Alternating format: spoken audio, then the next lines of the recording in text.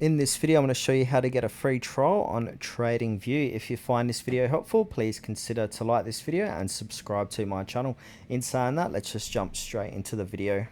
Now, the best way to do this is to head on over to TradingView and sign into your account. So you need to sign in before you're going to get that free trial. And now, depending what region you're in, so I'm in Australia, so currently can get a discount of 80% off, but this changed the other day. It did say free trial. So what I suggest is come back every day, every second day, and they're going to give a different offer here. So just refresh the page or come back at a different day and then just click into it, and then you should say 30-day free trial to upgrade your account. Just click onto that, and then from there, say for example, if I'm going to sign up to that free trial account, I want to scroll down, it's going to be a trial account, and then we need to go ahead and click onto any one of these plans. So we got Essential, Plus, Premium, Ultimate.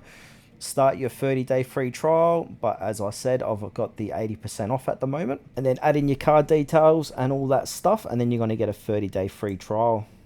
And I'm curious to see where you're from. So if you got the 80% off, let me know in the comments below with your location, or if it says free trial, let me know your location as well.